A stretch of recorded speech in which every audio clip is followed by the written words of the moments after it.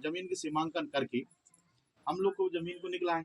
और निकालने के बाद आजकल 5-5 साल में, 4-4 साल में आम के वृक्ष और आंवला आंवला हुआ, आम हुआ, चार हुआ, चुरनू हुआ, ऐसे बहुत सारे जो उपज हैं हम इसको लगा के और 4-5 साल बाद समूह बना के हम लोग एक अच्छा पैदावारी करके हम समूह में हमारे आने वाले जो भविष्य है, पीढ़ी, हमारे लड़के बच्चे हैं, उनके लिए हम अच्छी एक व्यवस्था बना के जा सकते हैं। हमारे मदपोष होगा। आज जैसे मान लो की बात ग्राम, जैसे अभी बैठे हैं ग्राम इमली गोनपुरा देवरी में, मान लो की बात अगर यहाँ का हमारा टर्नओवर 1 साल का, साल में अगर हम आंवला और आम निकालते हैं 5-5 साल में, आप लोग देखो हाइब्रिड की चीज़ आने लगे हैं, पपीता हुआ, आम हुआ, आंवला हुआ और भी हुआ, ऐसे कुछ चीज़ें हैं जो अब हमारे क्षेत्र में ये चीज़ होती है। 5 साल में ये पौधे कम से कम नहीं तो प्रत्येक वर्ष ये अपने फल देने लायक हो जाएंगे। हो जाते नहीं होते, पर हमको सेवा करना पड़ेगा। अब ऐसा नहीं कि भाई 5 साल तक कौन सेवा करेगा। जैसा अभी भैया बताया, राजेंद्र जी बताए कि भाई हमको एक छोटा से लेकर आपको एक निश्चित समय तक के, भाई जब तक जिंदा है, मनुष्य तन है, जब तक कर्म करना पड़ेगा। ठीक है, आप फल नहीं खा पाएंगे पर आपके बच्चे के लिए तो कर पाएंगे।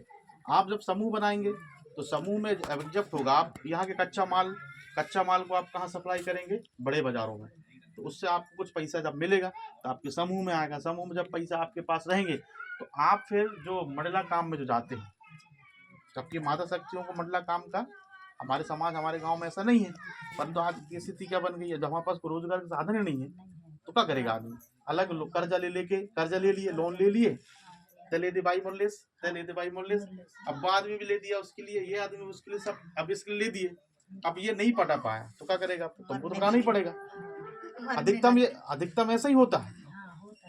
आज जो छोटे छोटे जो बैंक आके हम लोग गांव में आके 50-50 हजार, 60-60 हजार रुपये कर्ज देके जो चले जाते हैं, वो क्या कारण? आप अब तुम्हारे पास साल में 2 फसल है, बटरा और धान की, और एक ये वाली फसल खरीफ फसल और रबी फसल है। 6-6 महीने का है, 1 साल में आपको 2 बार पैसा मिलते हैं। अब आपको पर तो हर सप्ताह पैसा पटाना है, तो आपके पास पैसा कैसे आएंगे? कहाँ से आएंगे भाई? पैसा कैसे आएंगे आपके पास? फिर आप एक ही चीज चारा बचता है, मंडला काम। सोमवार दिन जाओ, शनिवार दिन पैसा लो, फिर तो दिन पटाओ। ऐसे तो आदमी तो फिर तो पूरा तरह कभी बीमारी पड़ सकता है, कभी बच्चे, भाई 4 परिवार हैं, 4 परिवार में कुछ भी हो सकता है।